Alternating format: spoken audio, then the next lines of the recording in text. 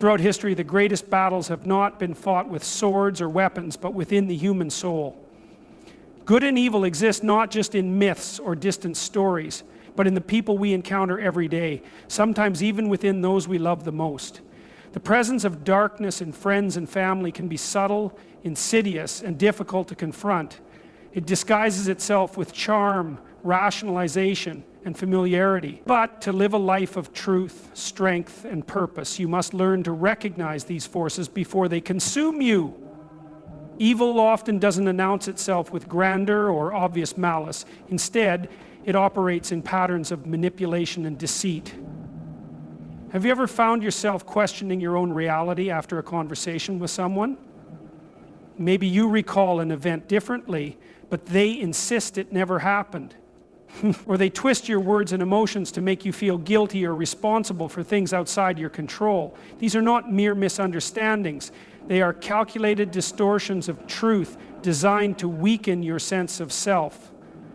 When a person repeatedly lies, even about small things, you must ask yourself, if they are comfortable distorting the truth in trivial matters, what greater manipulations are they capable of? Evil does not always come in the form of grand, monstrous acts. It exists in the small, everyday choices people make, the lies they tell, the manipulation they employ, the selfishness they justify. It seeps into relationships, workplaces, and even families, often hiding behind a mask of charm or good intentions. Understanding this truth is essential because recognizing evil in its subtle forms allows you to protect yourself, uphold your integrity, and walk a path of wisdom rather than destruction. One of the most dangerous aspects of evil is its ability to disguise itself as something reasonable, even necessary. People who consistently distort the truth will convince you that they are only protecting you from unnecessary pain. Those who manipulate will say they are just doing what is best for everyone. Toxic individuals will present themselves as victims, insisting that their destructive behavior is justified because of what they have suffered. The moment you begin to excuse harmful actions because they are wrapped in a tragic backstory, you are allowing darkness to gain a foothold in your life. Compassion is a noble trait, but it must never come at the expense of discernment. Evil thrives on subtlety. It does not always show itself through obvious malice, but rather through small acts of dishonesty, betrayal, and selfishness. It is found in the friend who secretly rejoices in your failures, the colleague who takes credit for your work, or the relative who consistently undermines your confidence. The people who bring destruction into your life are often those you least expect because they operate through manipulation rather than force. This is why you must always trust your instincts. If someone consistently makes you feel uncertain, drained, or devalued, their presence in your life may not be as harmless as it seems. What makes this reality even more difficult to accept is that evil does not always come from strangers. Sometimes it is the people closest to you who act as agents of destruction. This is why you must learn to judge people not by their words, but by their patterns of behavior. Pay attention to those who refuse to take responsibility for their actions, those who never offer a genuine apology, and those who manipulate others to serve their own needs. These individuals will never change because change requires accountability, and accountability is something evil fears. Recognizing evil in everyday life is not about becoming cynical or fearful. It is about becoming wise. It is about understanding that not everyone has good intentions, and that protecting yourself from toxicity is not selfish but necessary. It is about knowing that if you surround yourself with people who lie, manipulate, or undermine you, their darkness will eventually become your own. But when you choose to walk away from those who thrive on deception, when you stand firm in truth and refuse to be controlled by those who seek to harm, you reclaim your power. Strength does not come from fighting darkness head-on, but from refusing to let it shape your identity. Evil only wins when it convinces you to lower your standards, betray your values, or accept less than you deserve. But when you remain firm in your convictions, when you choose to act with integrity, even when it is difficult, you strip evil of its influence. Manipulation and deceit do not always present themselves in obvious ways. They are not solely the tools of villains in stories, but are present in everyday interactions, sometimes hidden behind smiles, kind words, or seemingly good intentions. People who manipulate do not announce their intentions. They weave them subtly into conversations, relationships, and decisions, creating an illusion of control while making you feel as if you are the one choosing. The greatest danger of manipulation is not that it exists, but that it often goes unnoticed until significant harm has been done. Recognizing these patterns is not about becoming paranoid or distrusting everyone. It is about strengthening your ability to discern truth from illusion, honesty from control. A manipulator will often distort reality to suit their needs, making you question your own perception. They will shift blame, twist facts, and rewrite history to avoid accountability. You may find yourself apologizing for things you never did, or feeling guilty for standing up for yourself. Over time, this erodes your confidence and weakens your ability to trust your own instincts. The more you allow someone to dictate your understanding of reality, the easier it becomes for them to control you. The antidote to this is clarity. Pay attention to what people do, not just what they say. If someone's words consistently contradict their actions, if they demand loyalty while showing none, or if they insist that their version of events is the only truth, you are dealing with deception. Another pattern of manipulation is the use of guilt and obligation to control. Some people do not ask for what they want outright. Instead, they create emotional traps that leave you feeling like you have no choice but to comply. They remind you of everything they have done for you, making you feel indebted. They weaponize past favors to justify unreasonable demands. They make you feel as if saying no is an act of betrayal. True relationships, whether friendships, family bonds, or partnerships, are built on mutual respect, not coercion. If someone makes you feel guilty for prioritizing your well-being, you must recognize that their concern is not for you, but for their ability to control you. Manipulators also thrive on inconsistency. They alternate between kindness and cruelty, praise and criticism, affection and withdrawal, keeping you in a constant state of uncertainty. One day they are warm and supportive, the next they are cold and distant. This unpredictability creates anxiety, making you more likely to seek their approval and more willing to tolerate their harmful behavior in the hope of returning to the moments of kindness. This is not love, respect, or care. It is control. Healthy relationships are not built on emotional games. They are built on consistency, honesty, and stability. A person who deceives and manipulates will also isolate you from sources of strength. They will discourage you from listening to others, convince you that no one understands you the way they do, or subtly undermine your relationships with those who truly care about you. The purpose of isolation is to make you dependent so that they remain the dominant influence in your life. When someone discourages you from seeking advice or tries to turn you against those who offer you genuine support, you must step back and ask yourself why. People who have your best interests at heart will encourage your growth, not seek to limit it. The most insidious aspect of manipulation is that it conditions you to accept less than you deserve. The longer you tolerate deceit and control, the more normal it begins to feel. You rationalize the behavior, tell yourself that things will change, or convince yourself that you are overreacting. But the truth is, every time you allow manipulation to dictate your actions, you lose a part of your independence. Every time you excuse deceit, you sacrifice a piece of your own integrity. Recognizing manipulation is the first step to breaking free from it. Setting boundaries is the second. To rise above manipulation and deceit, you must reclaim your sense of self. You must trust your instincts, recognize when a situation is unhealthy, and have the strength to walk away when necessary. You are not obligated to entertain relationships that drain you. You are not required to justify your worth to those who refuse to see it. And you do not have to accept treatment that diminishes your confidence, freedom, or dignity. Strength does not come from enduring manipulation. It comes from refusing to be controlled by it.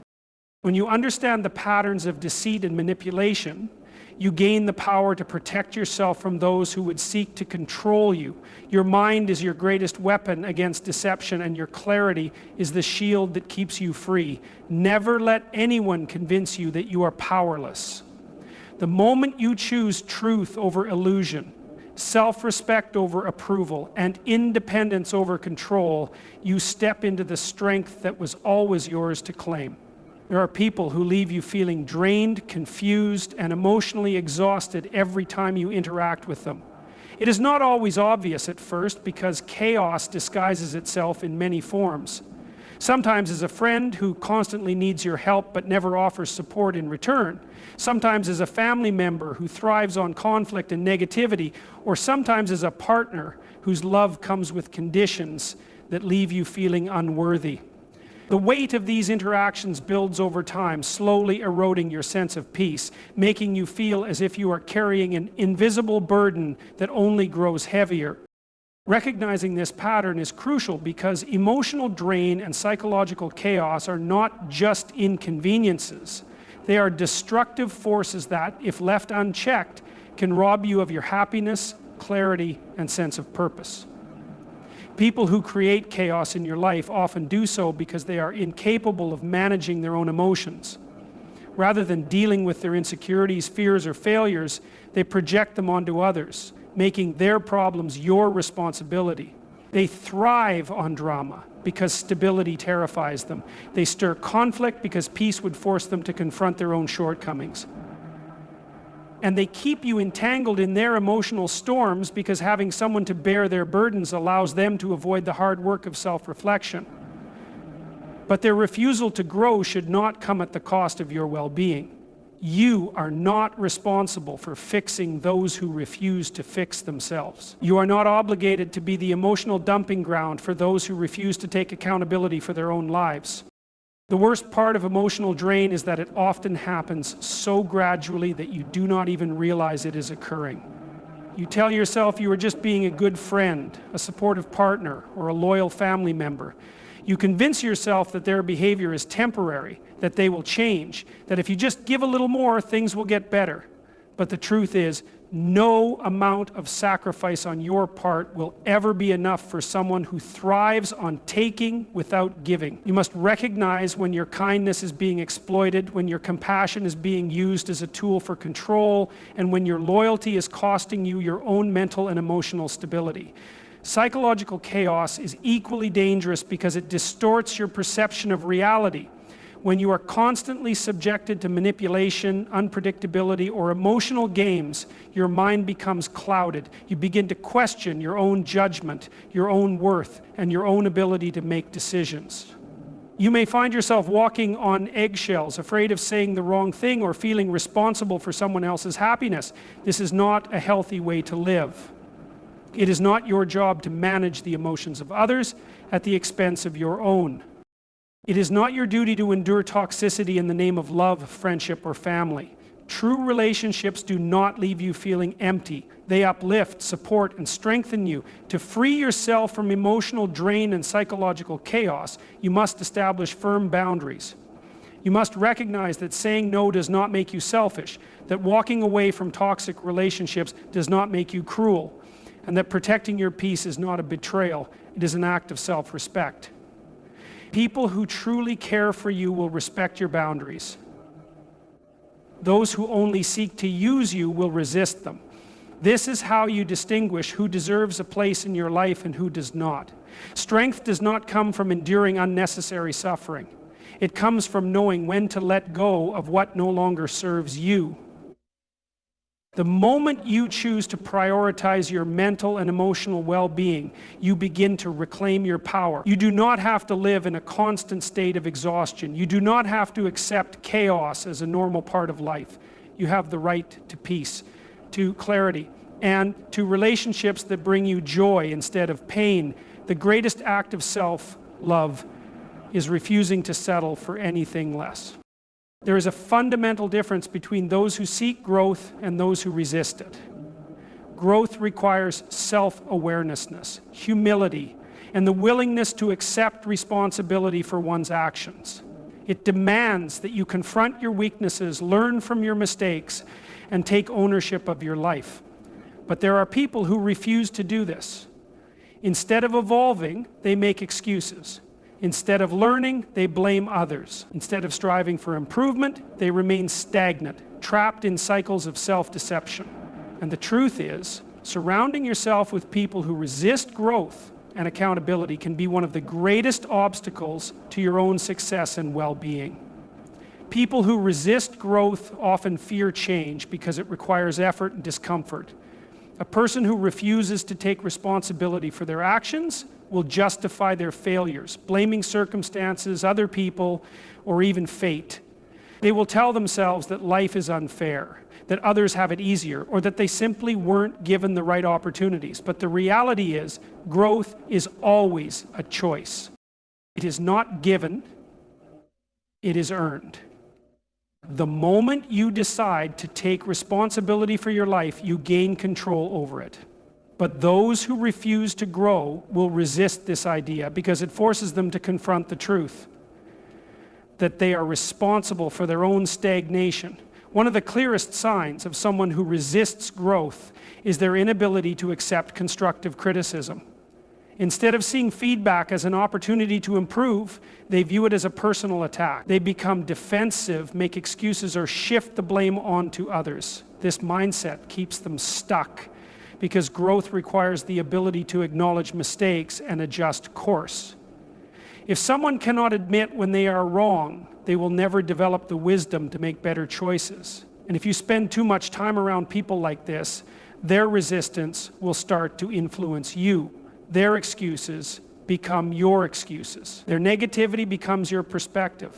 Their refusal to change becomes an unspoken permission for you to do the same. Another pattern of those who avoid accountability is their tendency to manipulate reality. They rewrite events to fit their narrative, making themselves the victim and others the villain. They refuse to take ownership of their role in conflicts or failures, always finding a way to shift the responsibility onto someone else. This is dangerous because it not only distorts the truth, but also prevents growth from ever taking place. If you never acknowledge a problem, how can you ever fix it? If every hardship in your life is always someone else's fault, how will you ever gain the power to change your circumstances? The problem with resisting growth is that it leads to resentment. When people refuse to improve, they begin to resent those who do. They see others advancing in life, learning and achieving success, and instead of being inspired, they become bitter. They downplay others' accomplishments, mock ambition, and discourage progress because it reminds them of their own failures. These people will try to pull you down to their level, convincing you that striving for more is pointless, that self-improvement is a waste of time, or that success is only for the lucky. But this is not true. The only thing separating those who grow from those who don't is the willingness to take responsibility for their own lives. If you want to live a fulfilling life, you must distance yourself from those who resist growth. Surround yourself with people who challenge you, who push you to be better, who hold you accountable when you make mistakes. Seek relationships with those who inspire you to improve, not those who drag you into their cycles of excuses and denial. The path to growth is not always easy, but it is always worth it. Strength comes from facing reality, from accepting responsibility, and from refusing to let fear or comfort keep you from becoming the person you were meant to be. In the end, your greatest responsibility is to yourself, to grow, to evolve, and to never settle for anything less than your full potential. There comes a time in life when you must make a choice, whether to stay attached to people, situations, and emotions that drain you, or to step back and preserve your peace. Detachment is not about becoming cold or uncaring. It is about protecting your energy, your mind, and your purpose from forces that seek to pull you down. It is about recognizing when your presence is being exploited and when your kindness is being used as a tool for manipulation. The strongest people are not those who endlessly give themselves away, but those who know when to walk away. Detachment is not weakness, it is wisdom. It is the realization that you cannot fix those who do not want to be fixed, that you cannot carry people who refuse to walk, and that you are not obligated to sacrifice your well-being for the sake of keeping the wrong people in your life. Self-preservation is the foundation of strength. If you spend all your time trying to save others, you will have nothing left to save yourself. The world is full of people who thrive on chaos, who manipulate emotions, and who drain the energy of those who allow them to. They will take as much as you give, and when you are empty, they will move on to the next source. This is why detachment is necessary. You must learn to say no, not because you don't care, but because you value yourself enough to set limits. You are not here to be a savior for those who refuse to save themselves. Your responsibility is to grow, to evolve, and to ensure that your energy is spent on things that align with your purpose. Detachment does not mean you stop loving people. It means you stop allowing their dysfunction to control your life. It means you refuse to engage in unnecessary battles, refuse to react to toxicity, and refuse to be emotionally manipulated by those who use guilt, anger, or sadness as a weapon. When you master detachment, you regain control. You no longer waste energy on arguments that lead nowhere, on relationships that drain pain, or on situations that drain your spirit. You begin to see things clearly, not through the lens of emotion, but through the lens of logic and self-respect. The power of detachment also lies in the ability to let go of outcomes. So much of human suffering comes from clinging to expectations, from trying to control what cannot be controlled. You must understand that not everything is meant to work out the way you want it to.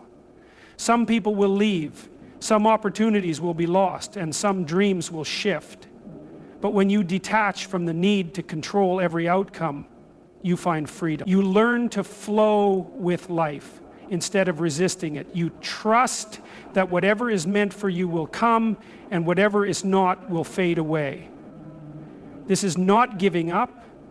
It is accepting that true power comes from adaptability, from resilience, and from understanding that your peace is worth more than forcing something that is not meant to be. Self-preservation is an act of self-love. It is a commitment to protecting your mind, your emotions, and your spirit from forces that seek to drain you. It is the understanding that you cannot pour from an empty cup, that you cannot thrive in an environment that constantly depletes you.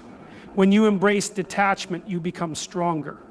You learn to walk away from things that no longer serve you without guilt, without fear, and without regret. You develop the discipline to choose your battles wisely, to invest in people who uplift you, and to create a life that aligns with your highest potential. The world will always test you. People will try to pull you into their drama, their pain, and their chaos. But when you stand firm in your detachment and your self-preservation, you become untouchable. You learn that your energy is sacred, that your mind is valuable, and that your peace is non-negotiable. The moment you stop allowing external forces to dictate your emotions, you step into true power. The power to live on your own terms, to protect your own well-being, and to build a life that is truly yours.